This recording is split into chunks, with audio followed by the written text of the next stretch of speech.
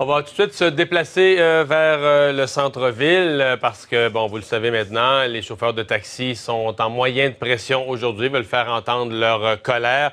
On va tout de suite aller parler à Benoît Jugand du regroupement des travailleurs autonomes des métallos. Bonjour, M. Jugand. Bonjour, M. Dumont. Parlez-nous de l'ampleur de la manifestation de ce matin, du message que vous voulez passer. Bien, écoutez, le message est simple. On veut avoir une position claire de la part du premier ministre, M. Couillard. Je pense qu'aujourd'hui, on peut le voir, on a une manifestation. On a déjà plus de 1000 taxis qui sont ici au Technoparc. On parle aussi d'autres endroits au Québec où on a des véhicules taxis. Et c'est simple. Est-ce que M. Couillard est en faveur de UberX? Si oui, il faut qu'il prenne position. Et si c'est non et qu'il va dans le même sens que M. Poetti et M. Coderre, il doit appliquer ses lois.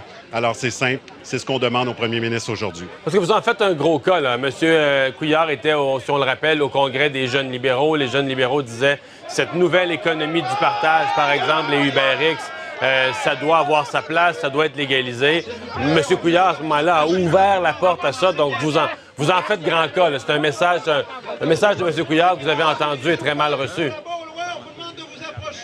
Ouais, il est très mal reçu, surtout que ça a été reçu au lendemain du dépôt des mémoires où le ministre Poetti nous a demandé de faire nos devoirs. On a remis 17 recommandations. Il y a plusieurs intervenants de l'industrie du taxi qui ont fait ça. C'était le 14 août. Et le lendemain, Monsieur le premier ministre sort en disant qu'il serait peut-être prêt à légaliser UberX. Vous comprenez que les gens sont en colère, surtout que M. Poetti ne voulait pas entendre parler de transport illégal et de UberX, puisque pour lui, la question était déjà réglée et c'était un transporteur illégal. Vous dites que c'est un transporteur illégal, UberX. Est-ce qu'il s'en fait suffisamment? Parce que, encore, je pense que c'est la semaine passée, à Montréal, on disait qu'on embauchait 2 inspecteurs supplémentaires au bureau du taxi. Il y a eu même des perquisitions de Revenu Québec. Vous n'avez pas l'impression que les autorités compétentes sont déjà à l'œuvre pour arrêter ce qui est déclaré comme illégal?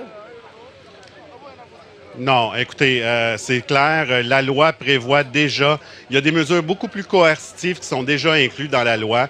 On a juste à vérifier, il y a certains articles où on peut mettre des infractions en continu à Uber qui décide de continuer à offrir ce type de service-là. Mis à part les saisies, on salue les saisies qui sont faites par les inspecteurs du Bureau du taxi de Montréal. Par contre, il y a d'autres choses qui peuvent être faites et je crois que c'est maintenant le moment de montrer à la population et de montrer surtout aux 22 000 chauffeurs de taxi qui dépendent de cette industrie-là et qui jouent selon les règles que le gouvernement les prend au sérieux. Ouais. Sur vos affiches, c'est écrit, là, il y en a une jaune, j'ai vu, moi, je paie la TPS et la TVQ. Dans les dernières minutes sur Twitter, il y a des gens qui se questionnaient, qui disaient comment ça se fait que si tous les chauffeurs de taxi se vantent qu'eux, ils payent la TPS, la TVQ, comment ça se fait qu'on n'accepte pas davantage les cartes de crédit, les cartes de débit? Là, je sais qu'il y a une intention de moderniser, d'étendre à tout le monde l'acceptation de ces cartes, mais est-ce qu'il n'y a pas là la solution, la modernisation proposée la semaine passée par le maire Coderre, etc.? Est-ce que c'est pas ça qui est urgent pour redonner ces lettres de noblesse à votre industrie? Bien, tout à fait, et vous avez raison. L'exercice qui a été demandé par M. Poetti est très simple. On nous a demandé de faire nos devoirs. Comment est-ce qu'on peut faire pour moderniser l'industrie? On est d'accord avec ce fait-là. On est d'accord avec plusieurs positions. On parle d'une application unique à travers le Québec.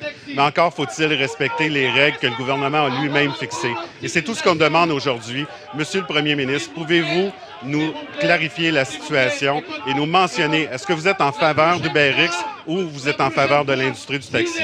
Il n'y a pas de zone grise, c'est blanc ou c'est noir.